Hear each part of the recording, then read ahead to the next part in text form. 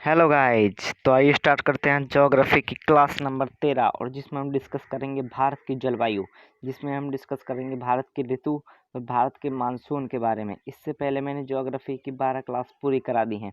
यदि आपने नहीं देखी हैं तो जाकर उनको एक बार देख लीजिए, क्योंकि उसमें मैंने मोस्ट इम्पोर्टेंट चैप्टर्स के बारे में पढ़ाया है तथा इम्पोर्टेंट पॉइंट्स बताए हैं। तो आइए स्टार्ट करते हैं आज का वीडियो। यदि आपने अभी तक हमारे चैनल को सब्सक्राइब नहीं किया है तो चैनल को सब्सक्राइब कर लीजिए और उसी के साथ बेल आइकन पर क्लिक कर दीजिए, जिससे आप सभी नोटिफिकेशंस टाइम टू टाइम प्राप्त कर सकें। तो स्टार्ट करते हैं आज का वीडियो और सबसे पहले हम स्टार्ट करेंगे भारतीय मानसून। अब बात ये आती है मानसून है क्या। ये शब्द कहाँ से आया, तो अरबी भाषा से लिया हुआ शब्द है मानसून। जब भारत में आक्रमण हुआ था मोहम्मद बिन कासिम का, तो उसने भारत में, आप जब भारतीय इतिहास पढ़ेंगे मध्यकालीन भारत, तो उसमें पढ़ेंगे मोहम्मद बिन कासिम ने 2 साल तक राज किया था भारत में। और जब ही उसने एक नए शब्द की उत्पत्ति की थी भारत में, मानसून। भारत में पहले कोई नहीं जानता था कि मानसून क्या होते हैं, वह कब आते हैं। तो सर्वप्रथम उत्पत्ति किस शब्द से हुई थी मानसून की, तो अरबी भाषा के शब्द से। और कौन लेकर आया था, तो मोहम्मद बिन कासिम।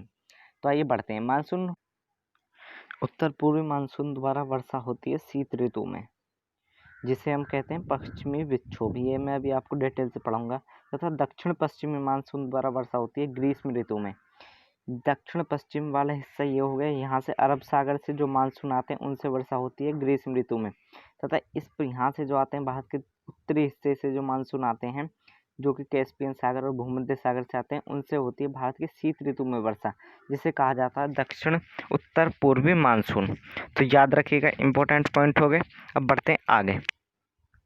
अगला पॉइंट है हमारा शीत ऋतु। शीत ऋतु में किस प्रकार से वर्षा होती है, वह कैसे वर्षा होती है, इसे पढ़ेंगे। शीत ऋतु में भारत में वर्षा किस वाले मानसून से होती है, तो वो होती है उत्तर पूर्वी मानसून। ठीक, अब आगे बढ़ते हैं। अगला है उत्तर भारत चारों ओर से स्थल से घिरा हुआ। ठीक है भाई, इधर पाकिस्तान, इधर चीन, ये हो गया मान के चलिए उत्तरी भारत। यहाँ पर चीन, यहाँ पर पाकिस्तान, यहाँ पर चीन, यहाँ पर नेपाल। तो पूरा किससे घिरा हुआ है, स्थल से घिरा हुआ है। अतः यहाँ पर तापमान शीघ्रता से गिरावट आती है तथा शीघ्रता से तेज होता है। आप एक बात सोचिए प्रैक्टिकली, कभी आपने देखा होगा बहुत ही गर्मी पड़ रही है, सूर्य की रोशनी बहुत ही ज़्यादा चमक रही है, तो स्थल वाला एरिया क्या होता है, या तो वहाँ पर मिट्टी होती है या फिर वहाँ पर रेत होता है। तो आपने ये चीज़ नोट की होगी, जब भी आप मिट्टी में पाँव रखेंगे धूप में, तो पाँव बहुत ही तेज़ी से जलेंगे, क्योंकि मिट्टी जल्दी ही गर्म हो जाती है और जल्दी ही ठंडी हो जाती है। तापमान जितना ज़्यादा होता जाएगा उतनी जल्दी वो गर्म हो जाएगी, तो तापमान जितना गिरता जाएगा उतनी जल्दी वो ठंडी होती जाएगी। ठीक, उसमें जल्दी से परिवर्तन होता है उसके तापमान में, मिट्टी के में। अब अगली बात आती है जल की। आपने जल को देखा होगा, उसे बहुत देर तक उबाला जाता है, तापमान बढ़ाया जाता है, जब वो जाकर गर्म होता है। इसी प्रकार से जब उस पर सूर्य की रोशनी पड़ती है तो बहुत ही देर में गर्म होता है और उसका तापमान बढ़ने में बहुत समय लगता है। लेकिन स्थल में क्या होता है, वो जल्दी से गर्म हो जाता है। और तथा जब ये तापमान गिराते हैं, तो आपने फ्रीजर में रखा होगा जल को, तो उसके तापमान गिरने में भी टाइम लगता है और उसे बर्फ जमने में भी बहुत टाइम लग जाता है। इसी प्रकार जब सर्दी पड़ती है तो वह जल बहुत ही समय में ठंडा भी होता है, टाइम लगता है उसे ठंडा होने में भी। तो याद रखिएगा, स्थल में तापमान में जल्दी गिरावट आती है और जल्दी तेज होता है, लेकिन जल में तापमान में गिरावट होने में भी टाइम लगता है और तापमान बढ़ने में भी टाइम लगता है। तापमान में धीरे धीरे परिवर्तन होता है जल में। भारत का दक्षिण हिस्सा क्या है, ये वाला हिस्सा, तीनों तरफ से किससे घिरा हुआ है, समुद्र से। इधर घिरा हुआ है बंगाल की खाड़ी से, इधर घिरा हुआ है अरब सागर से, और यहाँ पर घिरा हुआ है हिंद महासागर से। तो तीनों तरफ से किससे घिरा हुआ है, जल से। तो क्या होगा आप अब समझिएगा, भारत के उत्तरी हिस्से में अत्यधिक यदि सर्दी पड़ेगी तो तापमान बहुत ही कम हो जाएगा, और गर्मी पड़ेगी तापमान जल्दी ही बढ़ जाएगा। लेकिन दक्षिणी हिस्से में तापमान में गिरावट भी टाइम से आएगी। अगर सर्दी पड़ रही है तो तापमान यहाँ पर 15 या 16 डिग्री सेल्सियस ही रहेगा अत्यधिक सर्दी में, और गर्मी में भी यहाँ पर अत्यधिक तापमान नहीं बढ़ेगा। तो दक्षिण भारत में तापमान बढ़ने में और गिरने में टाइम लगता है। बस इतनी सी बात समझिए आप। तो उत्तरी भारत में सर्दी की ऋतु में कितना टेम्परेचर रहता है, तो वो रहता है 10 से 13 डिग्री सेल्सियस। और टेम्परेचर अगर घटेगा तो वायुमंडलीय दाब बढ़ता है। क्यों बढ़ता है, मैं अभी समझाऊंगा। दक्षिण भारत में कितना टेम्परेचर रहता है सर्द ऋतु में, तो वहाँ पर टेम्परेचर ज़्यादा रहेगा भी, क्योंकि जल को ठंडा होने में टाइम लगता है। टेम्परेचर घटने में टाइम लगता है वाटर का, तो वहाँ पर रहता है टेम्परेचर 15 से 18 डिग्री सेल्सियस। और अगर टेम्परेचर अधिक है तो वायुमंडलीय दाब क्या हो जाएगा, कम हो जाएगा। अब ये बात आती है कि वायुमंडलीय दाब टेम्परेचर से क्यों भिन्न रहता है। टेम्परेचर बढ़ाने पर वायुमंडलीय दाब घटता है और टेम्परेचर घटाने पर वायुमंडलीय दाब बढ़ता है। ऐसा क्यों होता है, अब इस बात को समझते हैं डिटेल से। अब बात करते हैं क्यों वायुमंडलीय दाब टेम्परेचर का उल्टा रहता है। तो आप यहाँ से समझिए, मान लीजिए बहुत ही ज़्यादा गर्मी पड़ रही है और जहाँ पर क्या हो रहा है, हवाओं का दबाव, यहाँ पर हवा आ रही है सभी एक स्थान पर। जैसे कि आपका फैन चल रहा है, तो फैन का काम क्या होता है, हवाओं को एक जगह इकट्ठा करना। तो ये यहाँ पर हवाएं आकर इकट्ठी हो गई। लेकिन जब टेम्परेचर इस वाले एरिया का बहुत ही ज़्यादा बढ़ जाएगा तो वायु का घनत्व क्या होगा, कम हो जाएगा। और वायु का घनत्व कम होने से हवाएं हल्की होकर ऊपर की ओर उठेंगी, ऊपर की ओर। टेम्परेचर बढ़ाने पर घनत्व घटता है, जब घनत्व घटेगा तो वायु हल्की होंगी और जो भी चीज़ हल्की होती है वो ऊपर की ओर उठ जाती है। जैसे कि वर्षा जो होती है क्यों होती है, जब टेम्परेचर बढ़ जाता है तो वायु का घनत्व कम होने से वायु ऊपर उठ जाती है, तो इस चीज़ से क्या होता है, वर्षा होती है। अब इसी प्रकार से आप यहाँ पर समझिए, उस बात को छोड़िए। यहाँ पर क्या होगा, हवाएं हल्की होकर किस तरफ उठेंगी, ऊपर की तरफ। तो यहाँ से हवाएं उठ गई ऊपर, तो यहाँ पर क्या रहेगा, कुछ ही हवाओं का दबाव रह गया। तो यहाँ पर क्या हो गया, वायुमंडलीय दाब क्या हो गया, कम। देखिए एक बार और समझिए, हवा यहाँ पर आ रही थी, मान लीजिए आपका फैन है, हवा एक जगह इकट्ठी कर रहा है, दाब बढ़ा रहा है नीचे की तरफ।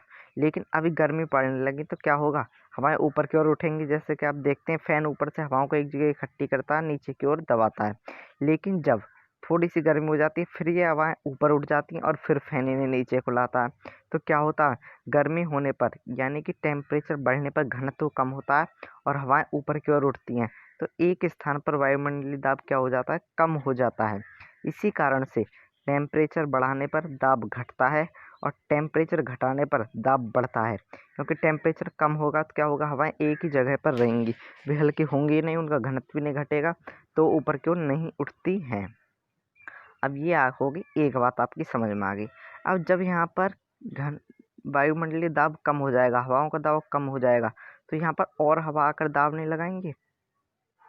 भाई बात समझिएगा, ये स्थान खाली हो गया तो और हवाएं इसमें प्रवेश करने का मार्ग ढूंढेंगी, तो और हवाएं क्या होंगी, आकर इस पर दाब लगाती हैं। इस बात को मैं आगे समझाऊंगा।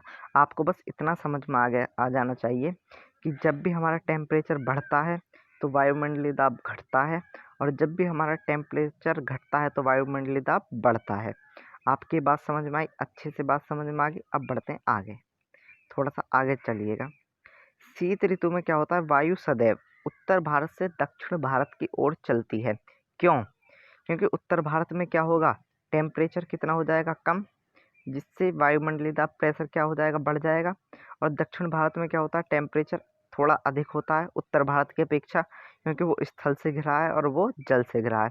तो यहाँ पर क्या होगा, वायुमंडलीय दाब क्या हो जाएगा, कम हो जाएगा। तो मैंने आपको क्या बताया था, जब दाब एक स्थान पर कम होता है तो दूसरे स्थान से जहाँ पर वायुमंडलीय दाब अधिक होगा तो वहां से आकर हवाएं इस कम दाब की ओर चलेंगी, क्योंकि इस पर उन्हें स्थान की पूर्ति करनी है। तो इससे एक बात सिंपल हो गई कि जहां पर वायुमंडलीय दाब कम होता है वहां पर हवाएं, जहां पर वायुमंडलीय दाब ज़्यादा होता है वहां से आती हैं।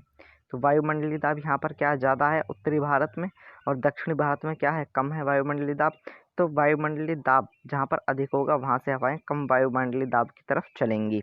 तो इस प्रकार हम कह सकते हैं कि शीत ऋतु में वायुमंडलीय दाब उत्तरी भारत में अधिक होने के कारण तथा दक्षिणी भारत में कम होने के कारण हवाएं उत्तरी भारत से दक्षिणी भारत की ओर चलती हैं। ओके, ये पॉइंट भी समझ में आया। अब थोड़ा सा आगे बढ़ते हैं। उत्तरी भारत में जो वर्षा होती है शीत ऋतु में, वो होती है पश्चिमी विक्षोभ के कारण। अब आप कहेंगे पश्चिमी विक्षोभ है क्या, क्यों नाम रख पड़ा इसका पश्चिमी विक्षोभ, तो वो चीज़ भी मैं आपको अभी समझ। तो आइए समझते हैं कि पश्चिमी विक्षोभ है क्या। मैं आपको इससे पहले मैप के जरिए समझाता हूँ, फिर थ्योरेटिकल बताऊंगा। तो देखिए यहाँ पर है इंडिया का मैप। अब यहाँ से आप थोड़ा सा समझिएगा, ये भारत का कौन सा पार्ट है, पूर्वी पार्ट, ईस्टर्न इंडिया। और ये कौन सा पार्ट है, तो ये है पश्चिमी पार्ट। ये कौन सा पार्ट है, ये उत्तरी पार्ट है। और ये कौन सा पार्ट है, दक्षिणी पार्ट है। यहाँ पर है एशिया महाद्वीप, भारत एशिया महाद्वीप में स्थित है। और इधर की साइड पश्चिमी साइड में पड़ता है एक महाद्वीप, यूरोप महाद्वीप। और वहाँ पर स्थित है भूमध्य सागर। आप वर्ल्ड मैप पर भी देख सकते हैं भूमध्य सागर कहाँ पर स्थित है, यूरोप महाद्वीप में। भूमध्य सागर में एक शीतोष्ण चक्रवात का निर्माण होता है। इस प्रकार से हवाएं जो मिल जाती हैं उसे कहा जाता है चक्रवात। शीतोष्ण चक्रवात का क्या होता है, निर्माण होता है। यहाँ से यह शीतोष्ण चक्रवात पूरब की ओर चलता है और ये भूमध्य सागर से होते हुए, भूमध्य सागर के ऊपर से होते हुए फिर ये सीधा कहाँ पर जाता है, काला सागर, और काला सागर से कैस्पियन सागर। देखिए इस प्रकार समझिए, यहाँ पर हो गया आपका भूमध्य सागर। भूमध्य सागर से कहाँ पर जाता है, काला सागर, और काला सागर से जाता है कैस्पियन सागर। यहाँ पर हो गया भूमध्य सागर, यहाँ पर हो गया काला सागर, यहाँ पर हो गया आपका कैस्पियन सागर। इधर पूरब की ओर बढ़ता है, इधर की पूरब की ओर, और यहाँ पर स्थित है भूमध्य सागर। ये हो गया आपका काला सागर और ये हो गया कैस्पियन सागर, मान लीजिए। आप वैसे मैप पर समझेंगे तो अच्छा समझ में आएगा। पहले गूगल मैप खोलिएगा और ये देखिएगा कि भूमध्य सागर कहाँ पर पड़ता है, फिर ये देखिएगा काला सागर कहाँ पे, और फिर कैस्पियन सागर। ये पूरब की ओर बढ़ता है शीतोष्ण चक्रवात, और यहाँ पर भारत में आकर हिमालय से टकराकर ये दो भागों में बढ़ जाता है, इस तरफ और इस तरफ। क्योंकि ये हवाएं दो तीन सागरों के ऊपर से गुजरती हैं, भूमध्य सागर, काला सागर और कैस्पियन सागर, इसलिए ये हवाएं अत्यधिक नमी धारण कर लेती हैं। और इसी नमी को जब ये यहाँ पर दो भागों में बढ़ जाती हैं तो ये वाला पार्ट, ये इधर को जो आती हैं भारत के उत्तरी पूर्वी भाग में जो प्रवेश करती हैं हवाएं, ये भारत के 4 राज्यों में वर्षा कराती हैं, पंजाब, उत्तर प्रदेश, दिल्ली, हिमाचल प्रदेश, और थोड़ी थोड़ी बिहार तक भी वर्षा होती है। लेकिन जब ये पर्वतीय भागों पर वर्षा कराती हैं तो उस समय क्या होता है, भारत में शीत ऋतु का टाइम होता है, तो यहाँ पर टेम्परेचर 0 डिग्री सेल्सियस होता है पर्वतीय भागों पर। आप कभी जाकर देखिएगा हिमाचल प्रदेश या फिर जम्मू कश्मीर में इस टाइम पर बर्फबारी होती रहती है। क्यों? क्योंकि जब टेम्परेचर 0 डिग्री सेल्सियस होता है तो वर्षा की बूंदें किस में परिवर्तित हो जाती हैं, बर्फ में, और बर्फ में परिवर्तित होने के कारण जब यहाँ पर वर्षा पड़ती है तो ये बूंदें बर्फ के रूप में बरसती है, इसी को हम कहते हैं बर्फबारी हो रही है। तो आपके समझ में आया, ये हवाएं क्या करती हैं, यहाँ पर पर्वतीय भागों में बर्फबारी कराती हैं। इसके बाद ये पंजाब, उत्तर प्रदेश, बिहार व हिमाचल प्रदेश में वर्षा कराती हैं। अब इसके बाद में इनमें नमी खत्म हो जाती है और ये केवल इन्हीं 4 राज्यों में वर्षा कराकर रह जाती हैं। अब ये वाली धारा जो हिमालय के इस तरफ बहती है, ये इस तरफ जो प्रवाहित होती है, ये यहाँ से होती हुई भारत के पश्चिमी भाग से होती हुई पूरे दक्षिणी भारत में फैल जाती हैं, लेकिन इनमें कोई नमी नहीं रहती है। लेकिन यहाँ पर जब ये हवा इस तरफ आती है, यहाँ से, एक सेकंड में आपको समझाता हूँ दोबारा से।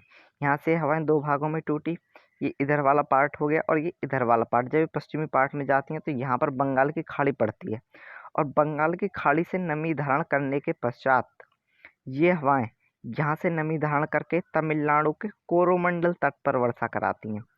कौन से तट पर? कोरोमंडल तट पर। तो तमिलनाडु के कोरोमंडल तट पर किन हवाओं के कारण वर्षा होती है? तो पश्चिमी विक्षोभ। इसको कहते हैं पश्चिमी विक्षोभ, क्योंकि ये पश्चिम की तरफ से आती हैं हवाएं, इसलिए इसे कहा जाता है पश्चिमी विक्षोभ। तो आपके पॉइंट समझ में आ गया होगा अच्छी तरह से कि भारत में शीत ऋतु में वर्षा दो प्रकार से होती है, एक उत्तरी पूर्वी भाग से, और ये हवाएं जो इधर से आती हैं इसे कहा जाता है दक्षिण पश्चिमी भाग। तो दो बात समझ में आ गई। और ये क्या कहलाता है? ये पूरा कहलाता है पश्चिमी विक्षोभ। भारत में इसे पश्चिमी विक्षोभ कहा जाता है। अब ये कहाँ से उत्पन्न होता है? तो भूमध्य सागर, फिर काला सागर, फिर कैस्पियन सागर। इसी कारण इसमें नमी होती है, और ये यहाँ पर उत्तरी पूर्वी भाग में हिमाचल प्रदेश और जम्मू कश्मीर में बर्फबारी करती हैं, और उत्तर प्रदेश, पंजाब में थोड़ी थोड़ी बारिश कहाँ पर होती है? बिहार में। और इस पश्चिम वाली हवाओं के द्वारा कहाँ पर वर्षा होती है अत्यधिक? तो तमिलनाडु के कोरोमंडल तट पर। ये इम्पोर्टेंट सर्वाधिक महत्वपूर्ण है कि पश्चिमी विक्षोभ के कारण कहाँ पर वर्षा होती है? तमिलनाडु के कोरोमंडल तट पर। तो आपकी समझ में आ गया क्या है पश्चिमी विक्षोभ। तो आज मैंने आपको कराया कि भारत में शीत ऋतु में वर्षा किस प्रकार से होती है, वह कहाँ पर वायुमंडलीय दाब अधिक है, वह कहाँ पर वायुमंडलीय दाब कम होता है, और क्यों होता है कम व ज़्यादा। तो कल हम पढ़ेंगे ग्रीष्म ऋतु में वर्षा। तो ठीक है, इसी के बाद मिलते हैं कल की नेक्स्ट वीडियो में। तब तक के लिए यदि आपको वीडियो पसंद आए तो इस वीडियो को लाइक करें, शेयर करें व हमारे चैनल को सब्सक्राइब करें। तो इसी के साथ मिलते हैं अगले वीडियो में, तब तक के लिए जय हिंद जय भारत।